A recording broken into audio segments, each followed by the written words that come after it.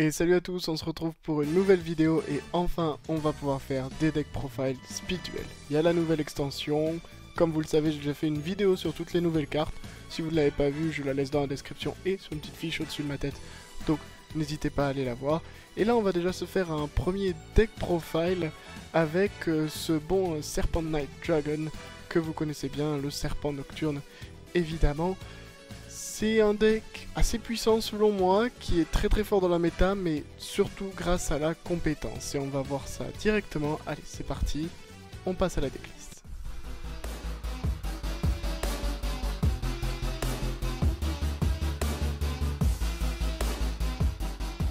Alors pour commencer, évidemment, on va parler de la compétence. Et la compétence que je joue, c'est Nightmare Sonic Blast. Alors oui, évidemment, toutes les cartes seront en anglais. J'habite à Berlin maintenant, je l'ai déjà dit dans d'autres vidéos, mais je préfère le répéter.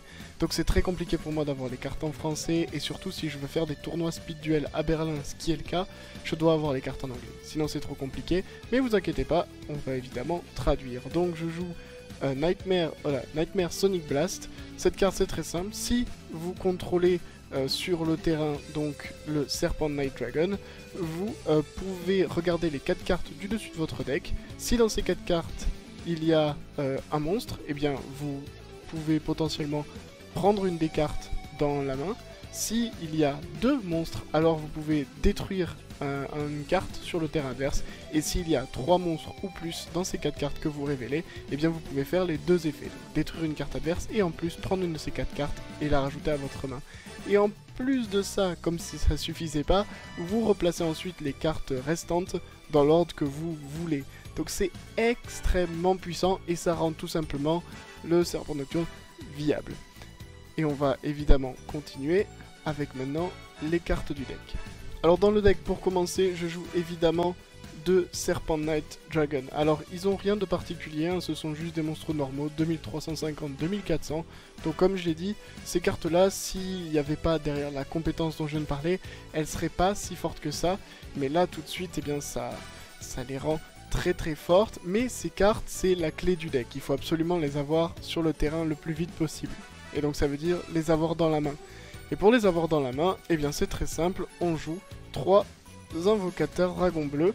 Donc je rappelle, l'invocateur dragon bleu qui, quand il est envoyé au cimetière, depuis le terrain au cimetière, vous permet de tuto donc un monstre normal, dragon, guerrier ou magicien depuis votre deck et de l'ajouter à votre main. Donc très fort évidemment pour aller chercher notre boss monster, mais c'est pas tout. On joue également un bébé dragon. Pourquoi? Tout simplement, vous allez vous rendre compte dans le reste du deck qu'on joue également des cartes qui permettent d'invoquer plus rapidement le Serpent Knight Dragon. Et si on fait ça, et bien automatiquement ça veut dire qu'on a besoin de monstres à sacrifier généralement.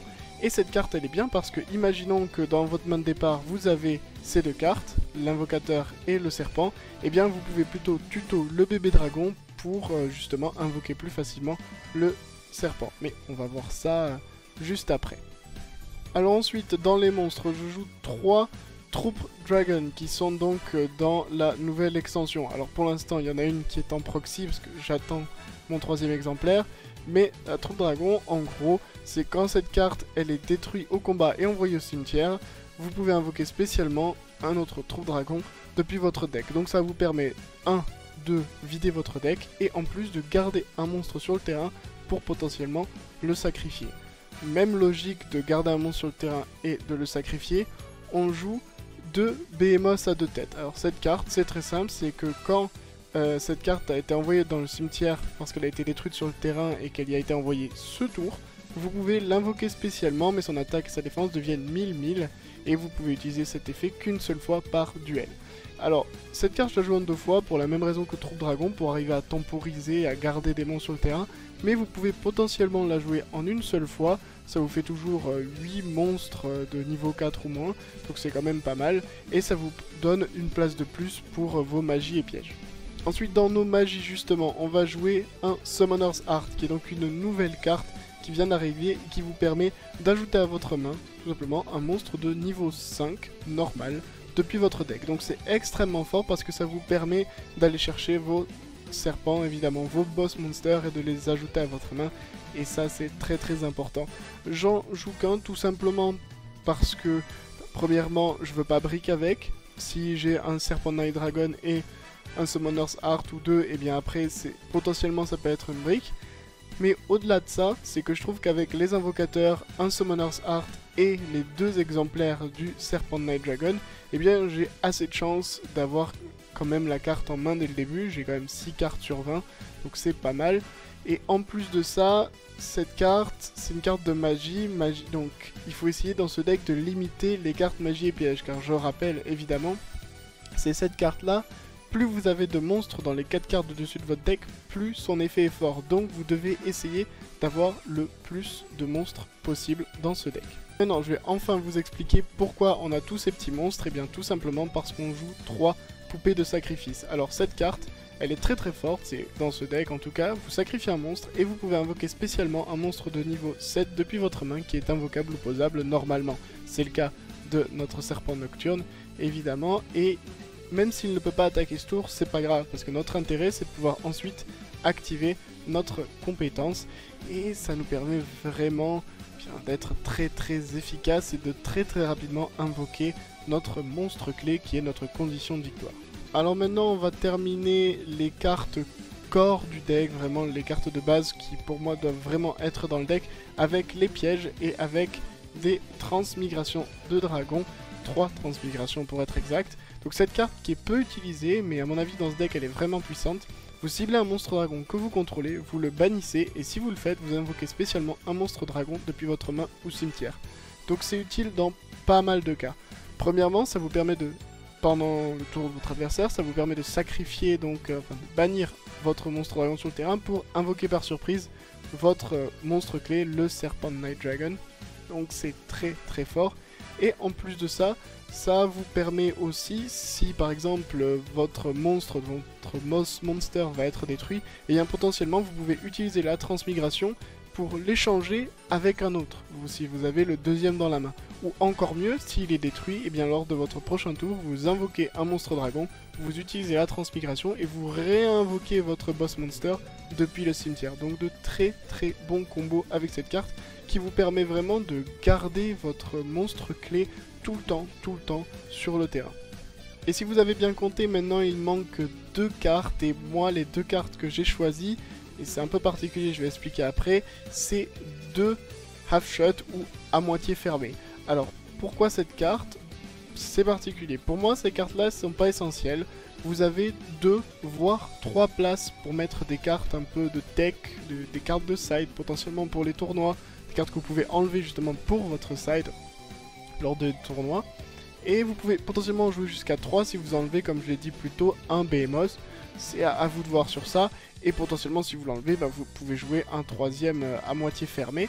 Mais ça c'est vraiment une carte que vous pouvez échanger. C'est vraiment par rapport au match-up, c'est ces cartes là, ces 2 à moitié fermées, que vous allez échanger avec d'autres cartes de votre side deck. Donc je vous ai amené évidemment quelques exemples pour la vidéo. Vous pouvez aussi, si vous n'avez pas envie de vous compliquer la vie, jouer des vigilances de champion. Ça marche comme avec le dragon blanc, vous avez un monstre normal de niveau 7 sur le terrain.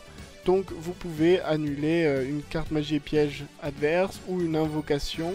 C'est très très très fort, mais plutôt quand vous êtes premier à jouer, donc il y a quand même cette petite différence. Alors qu'à moitié fermé, lui, il protégera votre boss monster de beaucoup de choses. Normalement, votre dragon cauchemar nocturne n'aura vraiment aucun problème. Et en plus de ça, vous pouvez aussi jouer d'autres cartes. Si vous jouez par exemple contre le renoncé, vous pouvez jouer paré à l'interception. De nouveau, vous pouvez jouer ça en 3 fois si vous voulez. Ça fera très très bien le taf et surtout ça empêchera le renoncé de récupérer directement votre monstre clé et de s'en équiper. Et au tour d'après, vous pouvez utiliser la compétence pour détruire le renoncé. Donc des petits combos comme ça. Et ensuite, si vous n'avez pas ces cartes-là, pour une raison X ou Y, vous pouvez aussi jouer des cartes de deck de structure avec 3 tempêtes d'Etaqua. C'est un peu comme à moitié fermé, ça temporise très très bien, surtout contre des decks qui potentiellement pourraient passer outre le à moitié fermé, donc des decks qui par exemple comme Amazoness, qui avec l'héritage Amazoness peuvent détruire par des effets, ce qui passe à travers à moitié fermé. Tempête d'Etaqua protégera votre monstre clé. Et ce qui est très très important aussi de noter, c'est que oui, c'est que 2 ou 3 cartes de votre deck, mais avec cette compétence, vous pouvez très facilement prendre cette carte, la rajouter à votre main, ou au pire, s'il y a mieux, la mettre au moins sur le dessus de votre deck. Donc c'est au fond très facile grâce à cette compétence d'aller chercher la carte que vous voulez et la rajouter à votre main. Donc c'est pas très grave si vous avez pas massivement des cartes comme ça de défense, parce que vous pouvez très rapidement aller les chercher. Alors maintenant on va faire quelques mains pour voir un peu comment le deck tourne. Alors, comme si on était premier. Alors ici on a une bonne main. On va faire directement Summoner's Art. Ça nous permet donc d'aller chercher le deuxième dragon serpent nocturne, hop, dans notre deck, qu'on mélange ensuite. D'ailleurs ça c'est important aussi, très important dans le deck, faites attention à tout ce qui est mélange. C'est-à-dire que beaucoup de vos cartes, par exemple donc votre boss monster, avec la compétence, il va mettre votre deck dans un ordre précis. Mais vous avez beaucoup de cartes dans votre deck, Summoner's Art, mais aussi Troupe Dragon ou l'invocateur dragon blanc, qui mélange votre deck. Donc faites très attention à ça. N'activez pas les effets si vous n'êtes pas obligé de le faire et si vous ne voulez pas. C'est très important de réfléchir à ça. Ensuite, on va poser donc les deux cartes comme ça.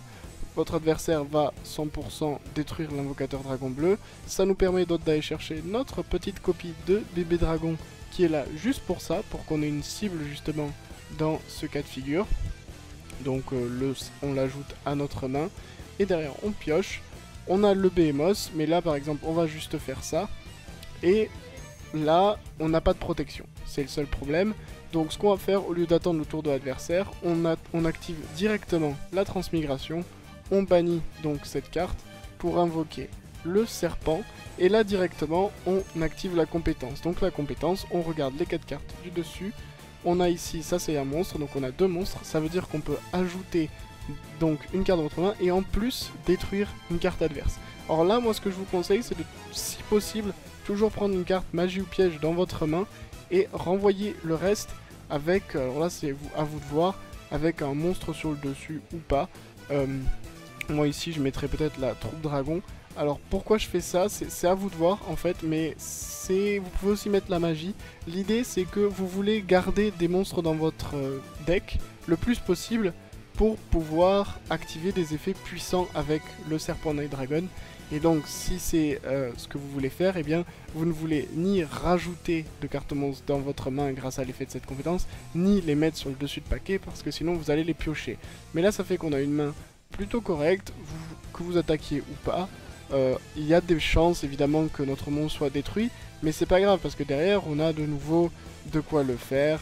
Hop, on pourrait l'invoquer de nouveau, activer de nouveau la compétence. Vu qu'on a gardé les monstres, eh bien on a même des chances qu'on ait peut-être 3 monstres, là on en a que 2, mais vous pouvez hop ajouter la moitié fermée, mettre l'autre à moitié fermée sur le dessus, etc.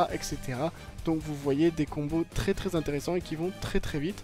On va essayer de se faire une ou deux autres mains pour voir. Alors imaginons maintenant on est second, pourquoi pas, hein, on va déjà regarder si on était premier. Si on est premier, on a déjà une main où on peut invoquer notre boss monster, et 5 cartes, et bien ça nous aide même encore plus. Alors ici, ce qu'on peut faire, c'est que c'est pas la meilleure des mains honnêtement. Vu on suppose qu'on est second, on n'a pas de protection pour notre boss monster.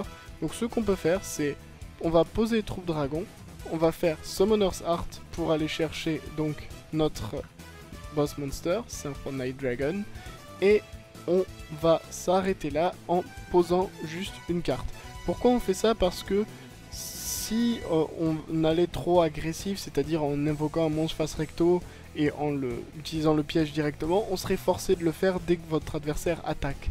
Et ça c'est risqué parce que peut-être que votre adversaire a, je sais pas moi, une carte clé qui va lui permettre de gérer votre boss monster. Vous n'avez pas envie de ça. Donc là vous allez juste temporiser, vous allez prendre donc peut-être 2 attaques même. Peut-être que vous allez prendre voilà une première attaque avec un troupe dragon qui va être détruit encore, et vous invoquez le 3e. Alors attention quand même quand vous faites ça, parce que si vous faites ce genre de combo, vous réduisez assez rapidement le nombre de monstres que vous avez dans votre deck, et c'est risqué. Alors là, vous attendez, vous piochez votre carte tranquillement, et vous activez directement la transmigration. Vous bannissez donc troupe dragon, vous invoquez le serpent, et vous activez son effet, enfin l'effet de la compétence. Donc on regarde les 4 premières cartes et on a 4 monstres. Si c'est pas, enfin non pardon, 3 monstres sur les 4. Donc c'est très fort. on voit que dans notre main ici, on a des trucs pas mal. On va potentiellement faire, on va prendre je pense donc la poupée sacrifice et on va remettre les cartes de cette manière. On va ensuite là vous pouvez faire un peu ce que vous voulez. C'est-à-dire on aurait aussi pu prendre le serpent Night Dragon le deuxième parce qu'on avait une transmigration, on aurait pu la poser. Mais là je me dis que de toute façon avec l'invocateur dragon bleu je vais l'avoir donc c'est pas très grave.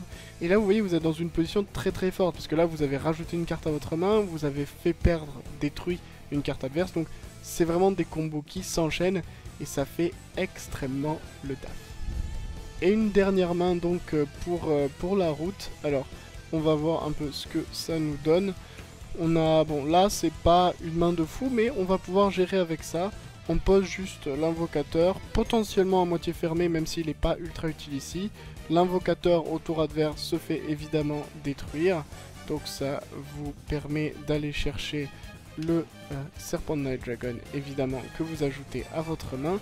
Et ici on est dans une situation où là on n'a pas malheureusement de quoi invoquer avec la transmigration, mais c'est pas grave, on peut faire invocateur dragon bleu, on fait la poupée de sacrifice et on invoque le serpent Night. Ce qui est très intéressant aussi, c'est qu'en plus cette carte sacrifie un monstre.